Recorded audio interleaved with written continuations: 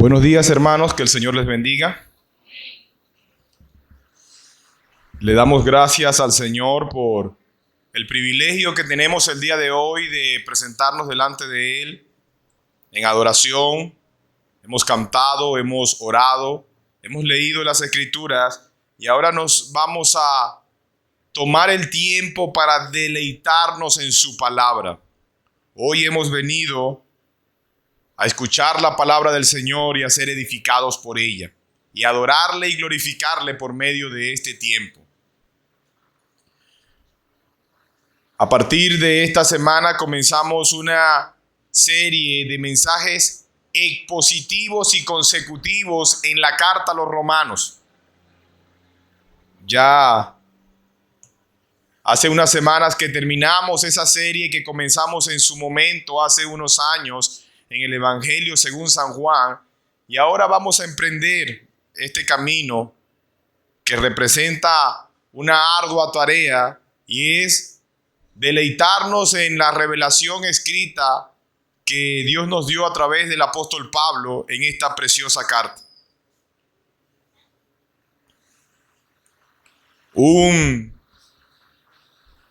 autor anónimo escribió: largos y lóbregos escalones transité, con tembloroso pie a mi Dios busqué.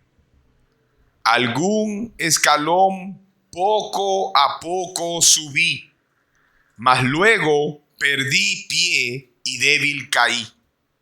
Nunca pude progresar, pero aún así luché con débil asidero y desalentada fe.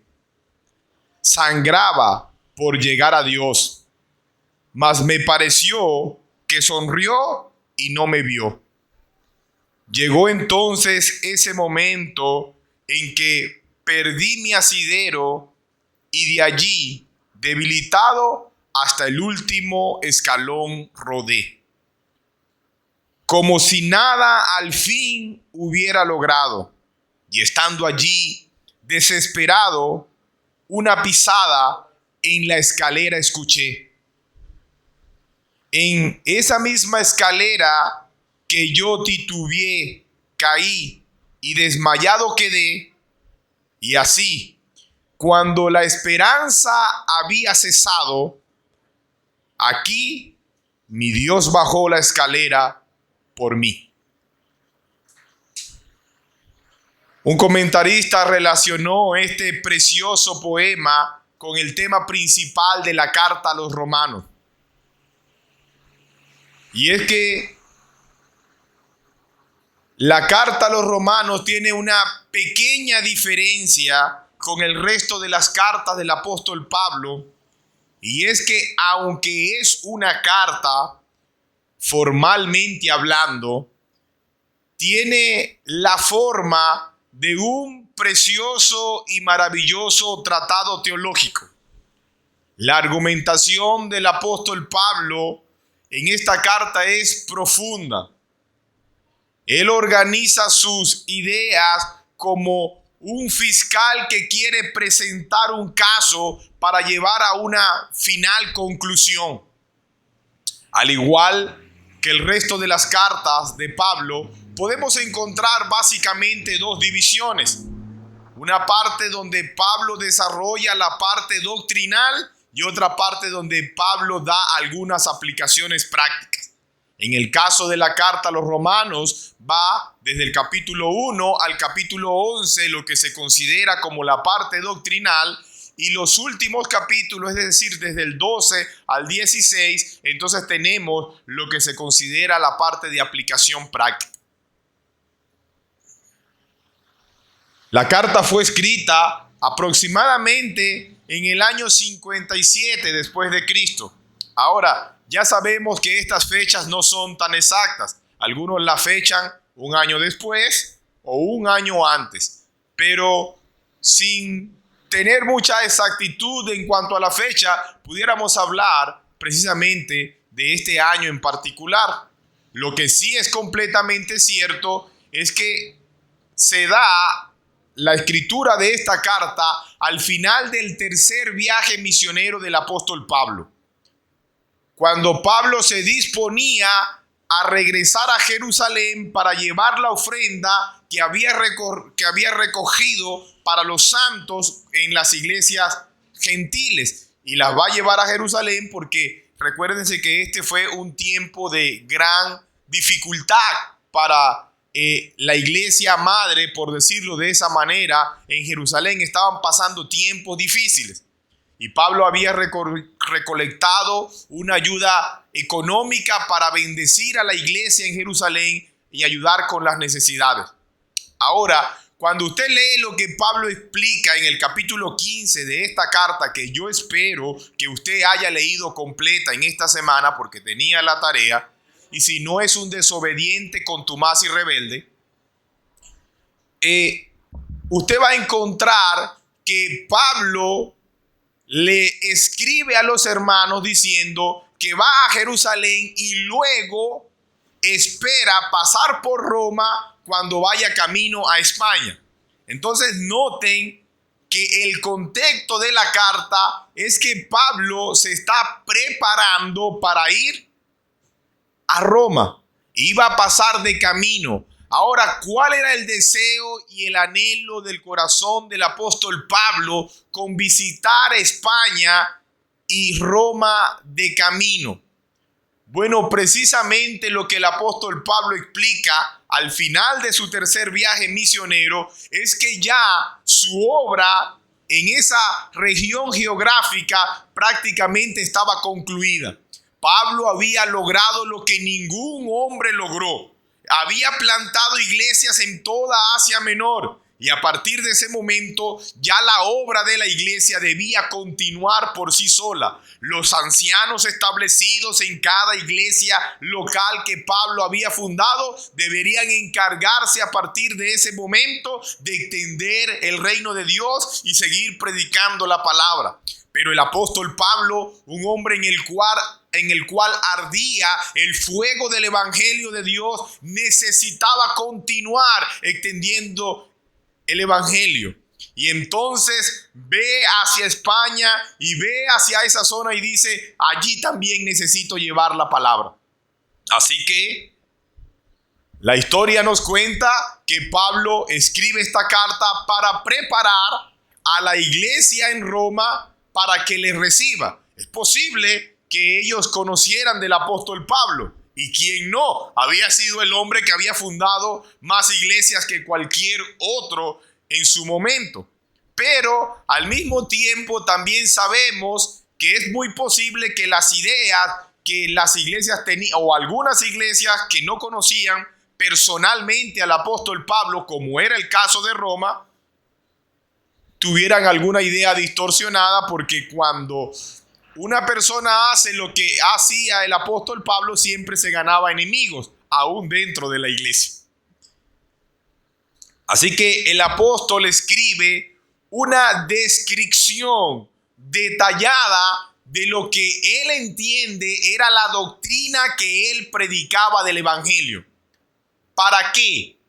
Esperando que al recibir esta carta los hermanos fueran edificados, pero al mismo tiempo se identificaran con él como uno que llevaba el mensaje del evangelio. Mi intención inicial fue que tuviéramos el día de hoy un mensaje introductorio donde viéramos algunos detalles más amplios de la carta. Sin embargo, no resistí la tentación de ir al primer capítulo, primer versículo y comenzar a desarrollar lo que la palabra de Dios dice. Así que lo que vamos a hacer, el camino que vamos a seguir es que vamos a ir al capítulo 1, versículo 1 y vamos a estudiar la primera sección. Y estudiando la primera sección de la carta voy a ir dándoles algunas ideas que van a sostener mi argumentación por el resto de los mensajes que vamos a estar compartiendo. Leamos entonces Romanos capítulo 1, versículo del 1 al 7.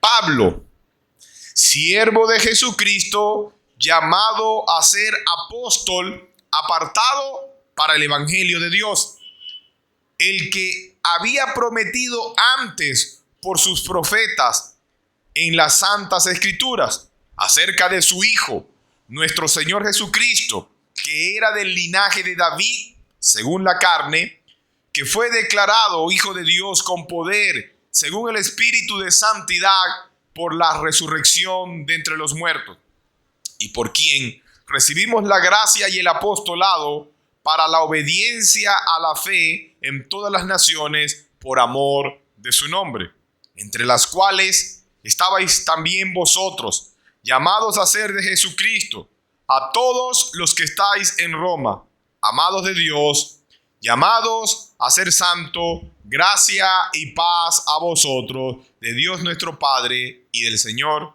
Jesucristo.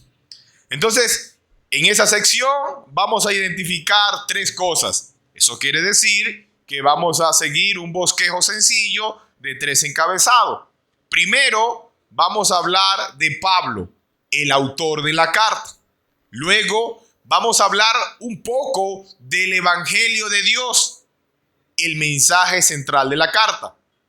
Y por último, vamos a hablar de la iglesia en Roma, los destinatarios de la carta. Y ahí tienen el bosquejo básico que nos enfrenta precisamente a una carta escrita por el apóstol Pablo. La primera palabra que encontramos en la carta es un nombre. Y este nombre es Pablo. La pregunta es, ¿quién era Pablo? Bueno, si usted ha leído el Nuevo Testamento ya por lo menos una vez este año y por tanto leyó el libro de los Hechos y todas las cartas paulinas, usted podría hacer una biografía del apóstol Pablo. Su nombre judío o hebreo era Saulo, mejor conocido como Saulo de Tarso. ¿Quién era inicialmente Saulo de Tarso? Un perseguidor de la iglesia, un hombre celoso de la fe judía, un hombre que defendía los principios de su pueblo. Y esto le llevó a ser un perseguidor acérrimo de la iglesia de nuestro Señor Jesucristo. Ese era Pablo, un hombre instruido, un hombre inteligente, aún muy posiblemente un hombre con una posición económica alta.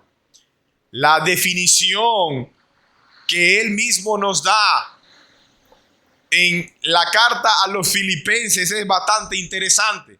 Él se define como un hombre con credenciales humanas de alta valía. Él dice, bueno, que superaba a sus contemporáneos en muchas cosas. Se dice a sí mismo que era un hombre fariseo, celoso en cuanto a su entendimiento religioso, de la tribu de Benjamín, hebreo de hebreos, es decir, un hombre que desde la perspectiva humana tenía mucho que envidiar. Ese era Pablo. Y eso lo llevó precisamente a ser el líder de ese grupo de judíos que persiguieron a los cristianos aún para llevarles a la muerte. Resulta y acontece que un día mientras Pablo iba a Damasco para perseguir y llevar preso a los cristianos que se encontrara de camino, se le aparece nuestro Señor Jesucristo y la vida de este hombre, Saulo de Tarso, cambió completamente. Completamente. Se le apareció nuestro Señor Jesucristo y el enfoque de este hombre celoso por la tradición judía cambió, y ahora su celo no era por tradiciones, sino que ahora su celo, su amor, su pasión, el fuego que le movía era precisamente servir y hacer la obra de aquel que lo había llamado, nuestro Señor Jesucristo. Y es así como se cambia de ser el perseguidor de la iglesia, por decirlo de una forma elegante, a ser el mayor pensador y obrero que ha existido después de nuestro Señor Jesucristo en la iglesia cristiana, el apóstol Pablo.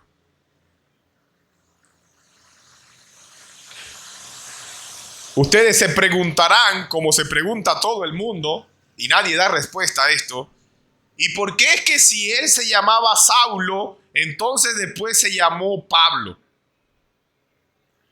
El nombre Pablo es un nombre griego cuya raíz viene de la palabra pequeño.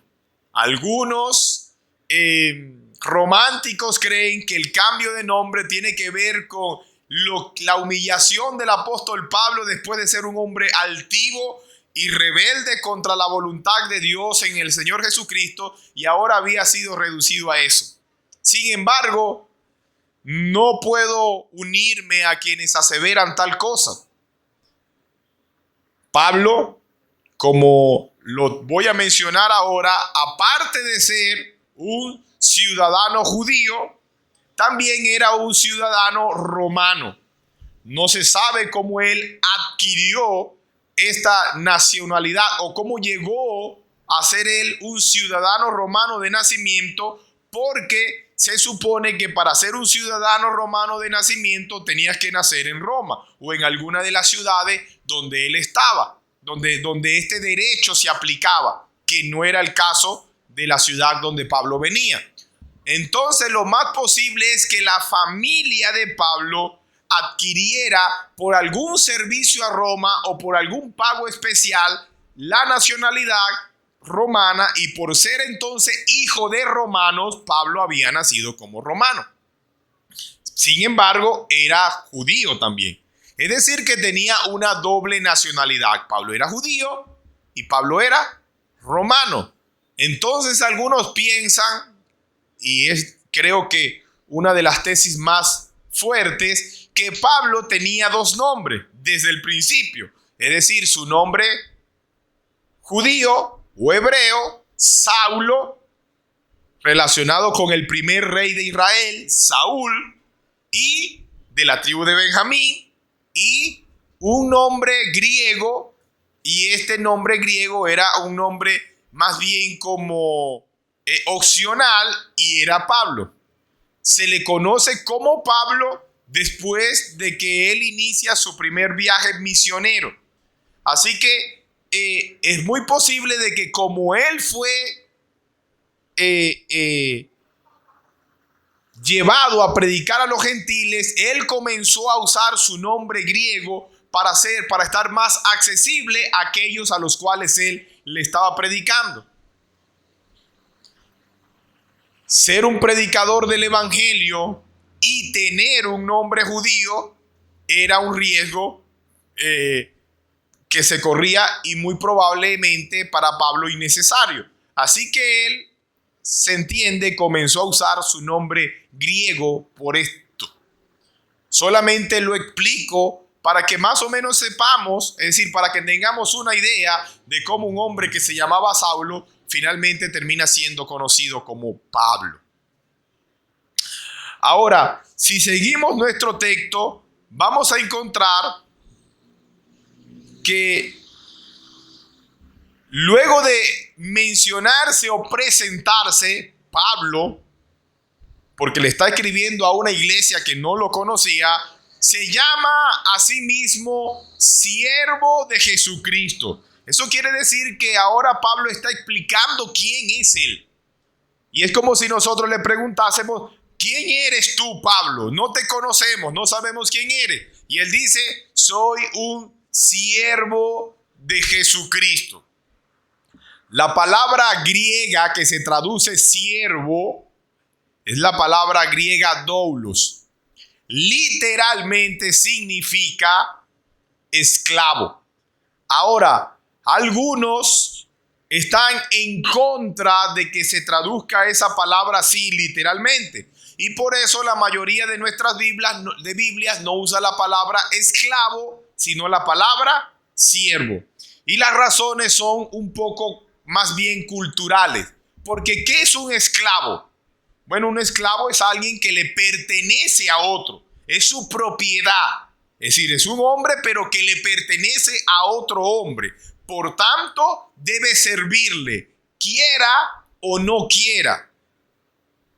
Y su servicio no tiene ningún tipo de retribución, salvo lo que los parámetros de aquel tiempo establecían: comida, bebida y hogar. Y algunas otras regulaciones, pero era literalmente su propiedad. Esto implicaba que en muchos casos la esclavitud era algo visto desde la perspectiva negativa, porque tú servías a alguien que no quería servir y a veces lo servías obligado, es decir, forzadamente. Por eso algunos piensan que lo mejor no es traducir esclavo, sino traducir siervo, porque aunque el esclavo tiene algunas connotaciones, la palabra siervo también puede estar dentro del contexto. Y cuando Pablo escribe esta palabra griega doulos, siervo o esclavo, puede que también tuviera en mente aquellos hombres en el Antiguo Testamento que habían sido siervos de Dios. Es decir, estos hombres que habían hecho incondicionalmente lo que Dios le había hecho. Si usted va al Antiguo Testamento, usted va a encontrar que hombres como Abraham, Moisés, Josué, fueron llamados, David, fueron llamados siervos de Dios. Y cuando usted estudia la vida de estos hombres, usted se va a encontrar que estos hombres, ¿qué hicieron? Bueno, poner sus vidas al servicio de Dios. Ya lo vimos en Roma. La Iglesia Católica Romana me refiero. Cuando ya no era suficiente ser anciano o sacerdote, entonces vamos a inventar los obispos. ¿Y quiénes son los obispos? Los que supervisan a los ancianos y los sacerdotes. Y cuando ya no eran suficientes los obispos, entonces se establecieron los arzobispos, que son los que lideran a los obispos. Y cuando ya no era suficiente los arzobispos, entonces vamos a nombrar a los cardenales. Y cuando ya no era suficiente los cardenales, entonces nombremos al Papa. ¿Qué es eso? Pecado por el orgullo humano. El ministerio de supervisión y liderazgo en la iglesia que Dios estableció son los pastores. Pero llega un tiempo en que ser pastor no va a ser suficiente, porque necesito un nivel más alto de autoridad. De hecho, yo creo que aquí en la iglesia deberíamos nombrar a un apóstol y el otro que sea pastor para que estemos bien.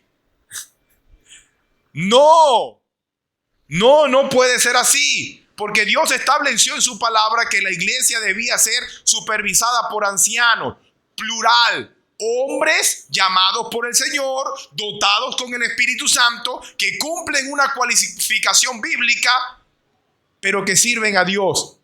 Así que en la iglesia tenemos pastores, todos los que necesitemos, pero hombres que se ministran unos a otros. Porque yo soy pastor, pero al mismo tiempo tengo mi pastor que me debe alimentar.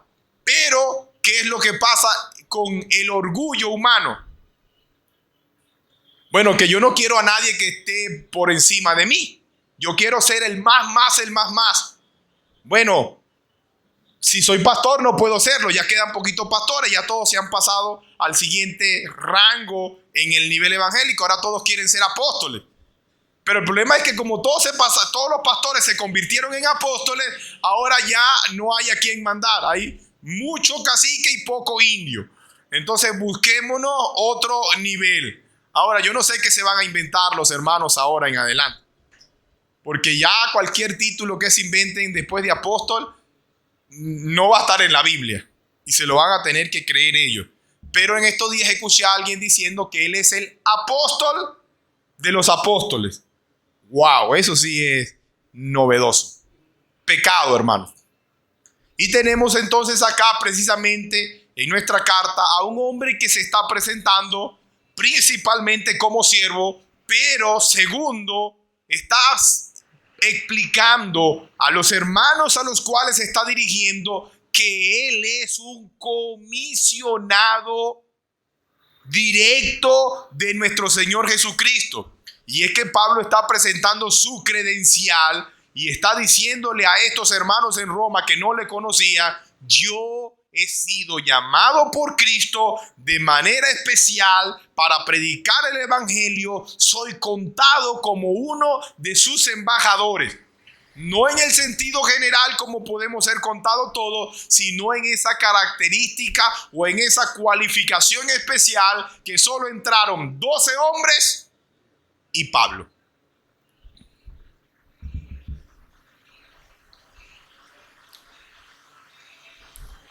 Y es que Pablo había sido llamado a ser apóstol apartado. La palabra ahí es delimitado. Es decir, este hombre ha sido escogido específicamente para estar dentro de estos parámetros. ¿Y para qué había sido apartado Pablo? Para el evangelio. Y entonces acá es donde Pablo explica a los romanos en una síntesis de qué se trata el evangelio. Y es nuestro segundo punto. Ese evangelio de Dios que él había prometido antes por sus por sus profetas en las santas escrituras. Ese es el primer modificador que tenemos en nuestro texto del evangelio. ¿Qué es el evangelio? Bueno, el evangelio que había sido prometido antes. Entonces, el evangelio es una buena noticia. La palabra evangelio viene de una palabra en griego compuesta que dice evangelion. Es decir, buena nueva, buena noticia. Particularmente una noticia que tiene el efecto de cambiar trascendentalmente la vida de los que la escuchan. Una comunicación oficial. Este es el mejor ejemplo que doy cuando uso esta palabra.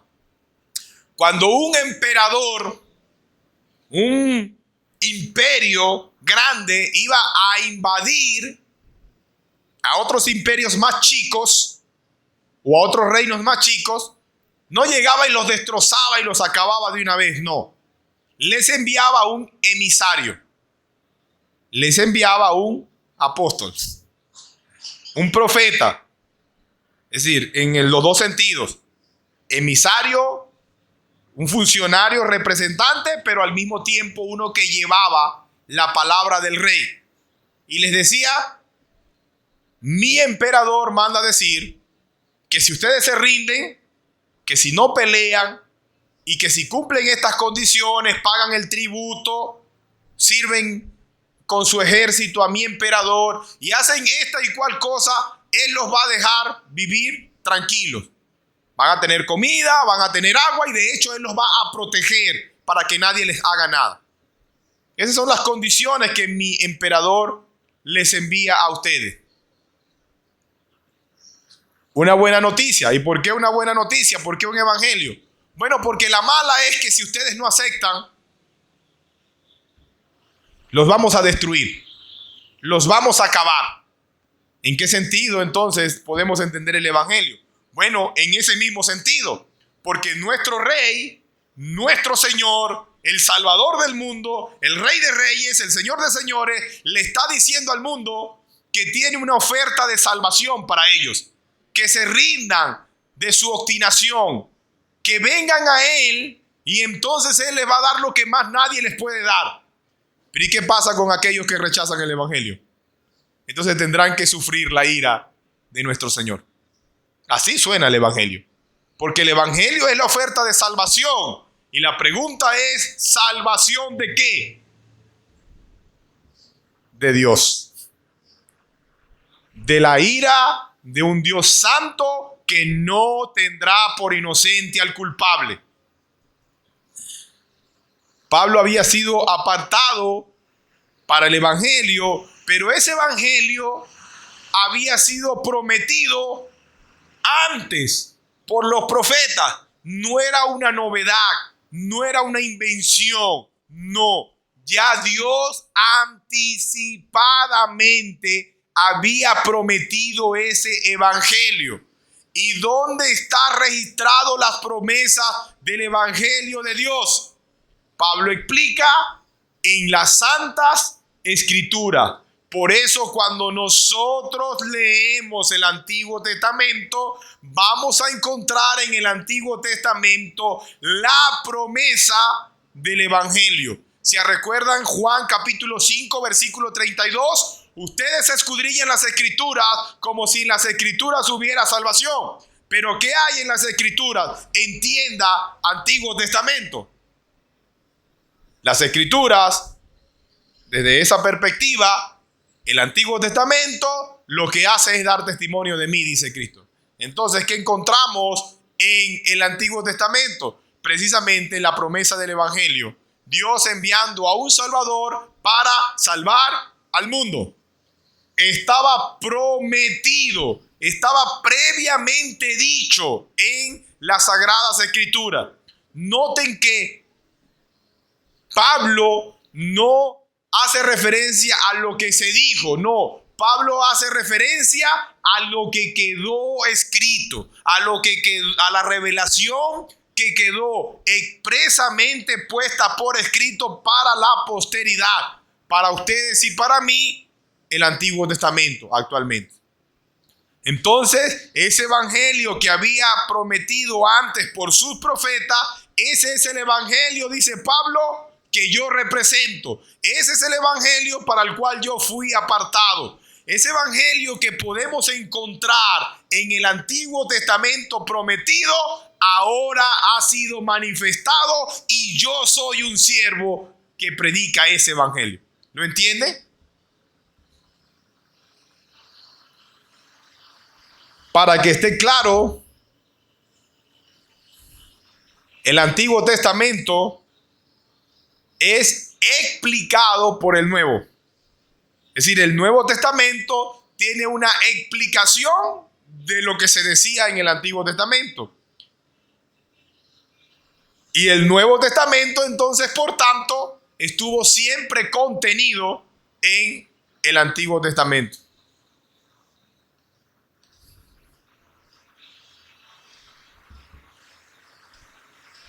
En segundo lugar, entonces Pablo nos dice que ese evangelio se trata de ¿qué?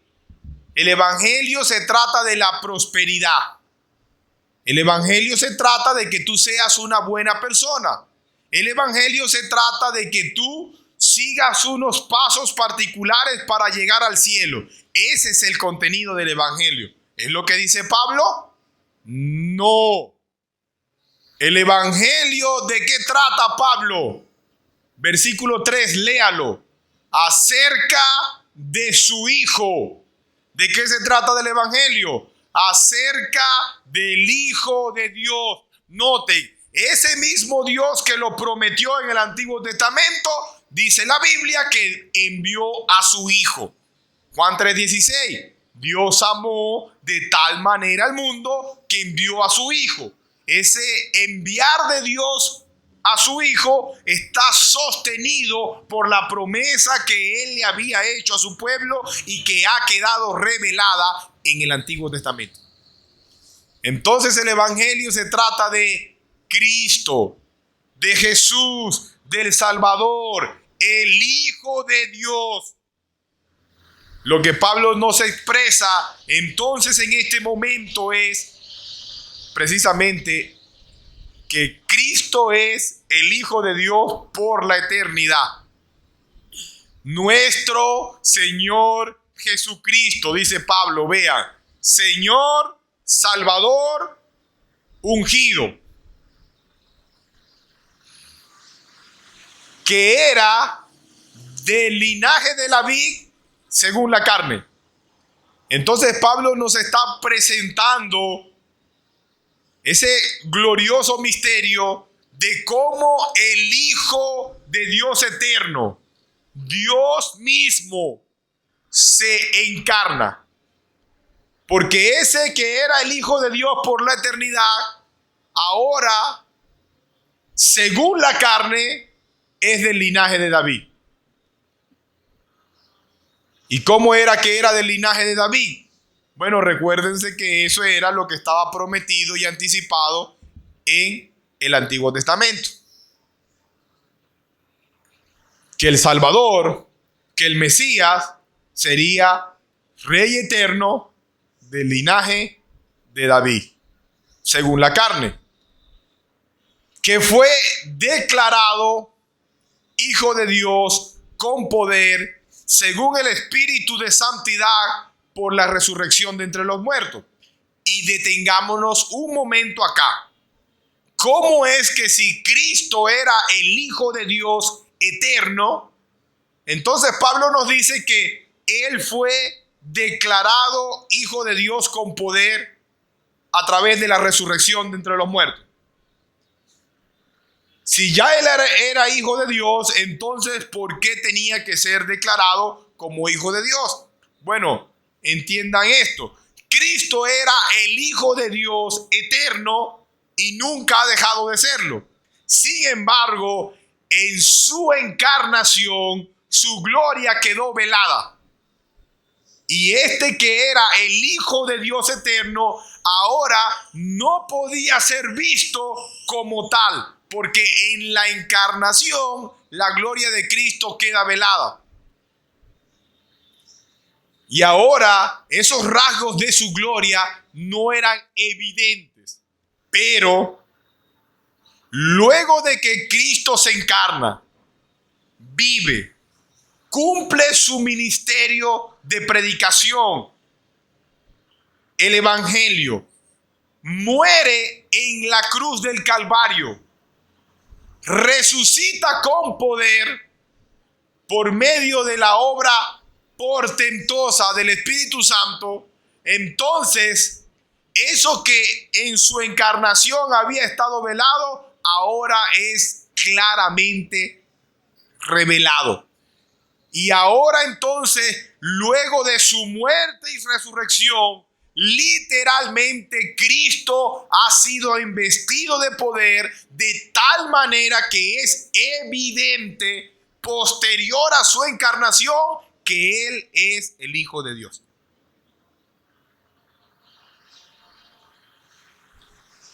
Este Hijo de Dios, que sin dejar a un lado su naturaleza divina, asume una naturaleza humana. Él era rico, pero por nosotros se hizo pobre para que nosotros pudiésemos ser ricos. En la plenitud del tiempo queda registrado que Él nace de mujer y durante su peregrinación en esta tierra fue un varón de dolores, como escribe Isaías, experimentado en quebranto.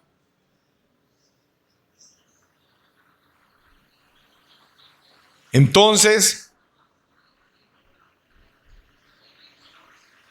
aunque su naturaleza divina moraba intacta y gloriosa en íntima relación con su naturaleza humana, en su naturaleza humana Él cargaba nuestra culpa y agonías, algo que sobrepasa cualquier comprensión, porque Cristo en su humanidad estaba llevando el pecado de aquellos por los cuales Él vino a salvar. Pero en su muerte, Él puso de lado toda su debilidad. Esas limitaciones que Él tuvo, dada su naturaleza humana, fueron puestas a un lado. Y Él con su resurrección corta toda conexión con el pecado y de la muerte. Dios, quien por amor entregó a su Hijo para que muriese, también lo resucitó. Y en este mismo momento,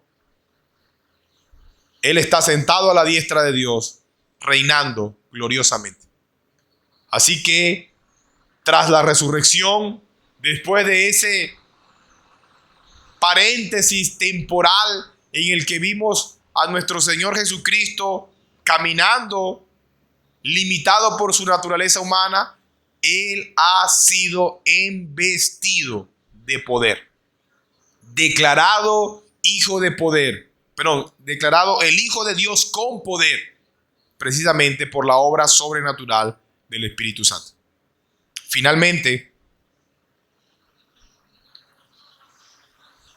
Pablo, luego de hablarnos del Evangelio,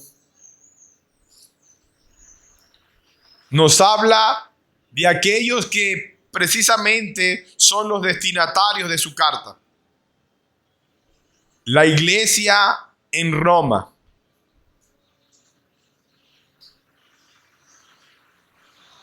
En el versículo 5, Pablo explica que él ha recibido el don y la gracia del apostolado. Y este don y gracia del apostolado, como ya lo dijimos, está relacionado con que él comunique ese evangelio del que nos habló para que las naciones obedezcan por la fe. Y dentro de esas naciones que deben obedecer la fe en Cristo Jesús por amor de su nombre, Pablo dice, están ustedes. Están ustedes llamados a ser de Jesucristo. Ustedes que estáis en Roma. Pablo les dice, vean esto ahora, vamos cerrando. Yo soy un ministro del Evangelio. Ese Evangelio trata de la obra de nuestro Señor Jesucristo. Y esa obra de nuestro Señor Jesucristo debe ser predicada, debe ser esparcida de tal manera de que las naciones escuchen de lo que Cristo ha hecho en favor de ellas, para que obedezcan por la fe. Y dentro de esos que deben obedecer por la fe, el Evangelio de nuestro Señor Jesucristo, del cual yo soy ministro, están ustedes. Y así como podemos decir que estaban los romanos, también están ustedes. Deben obedecer el Evangelio. Están ustedes. Y Pablo les dice, amados de Dios. Así se refiere a los que están en Roma. Amados de Dios. Y es que todos aquellos que obedecen por la fe el Evangelio de nuestro Señor Jesucristo pueden y deben ser considerados como amados de Dios. La expresión amados de Dios nos revela cómo el apóstol Pablo entiende que no es que solo Dios ama ahora a los creyentes, en este caso, que están en Roma. No es que ahora el Señor los está amando. No. Lo que Pablo va a explicar en su carta acerca de esta característica especial es que si tú, como los que estaban en Roma, eres un amado de Dios, es porque has sido amado de Dios desde la eternidad. Es decir, que si Dios te ama ahora, es porque Dios te ha amado desde antes de la fundación del mundo. Y entonces en el capítulo 8 dice que si tú eres un amado de Dios, que si Dios te ama ahora como te ha amado desde antes de la fundación del mundo, nada ni nadie puede apartarte de ese amor de Dios que es en Cristo Jesús. Ese es el tema del apóstol Pablo. Y así se refiere a estos hermanos, amados de Dios.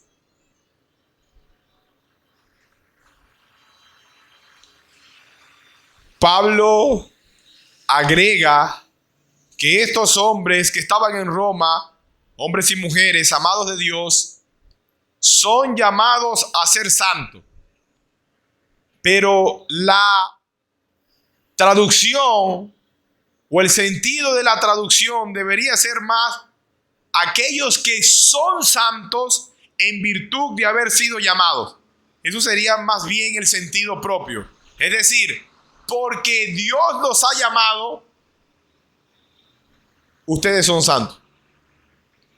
Porque a los que Dios llama, Dios también los va a santificar. Él dice a los cristianos romanos lo que por gracia ellos son aún ahora. Él afirma que algo les ha pasado. Han sido eficazmente llamados por ese llamado interno, por esa obra del Espíritu Santo que habla directamente al corazón. Esa operación sobrenatural del Espíritu Santo por la cual Él aplica el Evangelio a la mente y a los corazones de hombres y mujeres pecadores, de tal forma de que ellos reconocen su culpa, de tal forma de que ellos reconocen su pecado, de tal manera de que ellos se humillan ante la presencia del Señor y comienzan a comprender su necesidad de Cristo, y entonces abrazan a su Señor y Salvador. Así que entonces se convierten en santos, es decir, hombres que han sido apartados por el Señor por medio de ese llamamiento.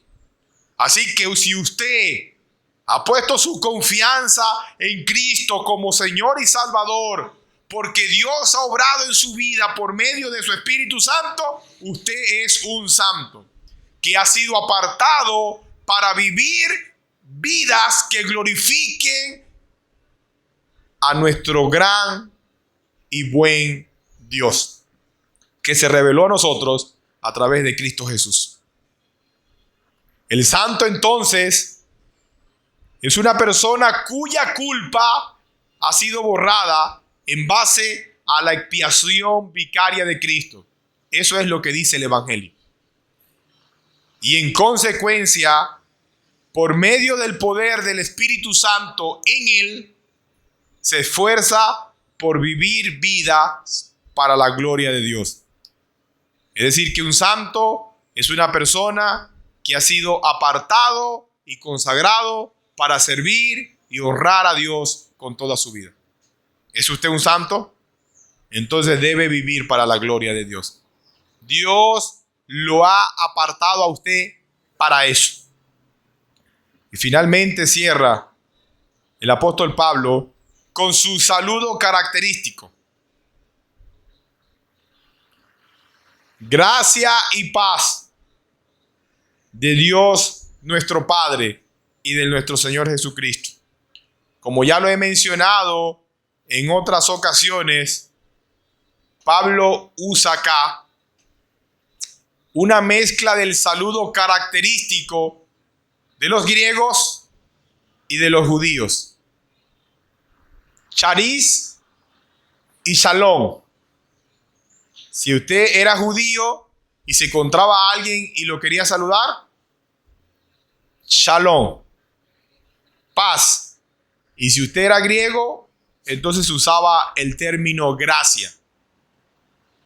Ahora acá hay una mezcla. Gracia, don inmerecido, paz, hablándonos del estado en que están los hombres con Dios, precisamente bajo la base de la obra expiatoria de Cristo. Usted ha recibido por gracia la paz con Dios. Gracia y paz entonces al Señor. Y Él permita que podamos nosotros vivir para su gloria y que este estudio que estamos comenzando de esta carta en el día de hoy sea de provecho para nuestras almas y podamos nosotros seguir creciendo en el conocimiento de su palabra para gloria y honra de su nombre. Amén. Padre, te damos gloria. Gracias, Señor, por tu palabra. Gracias, Señor, por la bendición que tenemos, Señor, de estar reunidos en este lugar en torno a tu nombre. Permítenos, Señor, honrarte. Permítenos, Señor, servirte, Padre. Estamos, Señor, delante de ti. Aplica tu palabra, fortalécenos, Señor, y guíanos. Estamos en tus manos. Amén.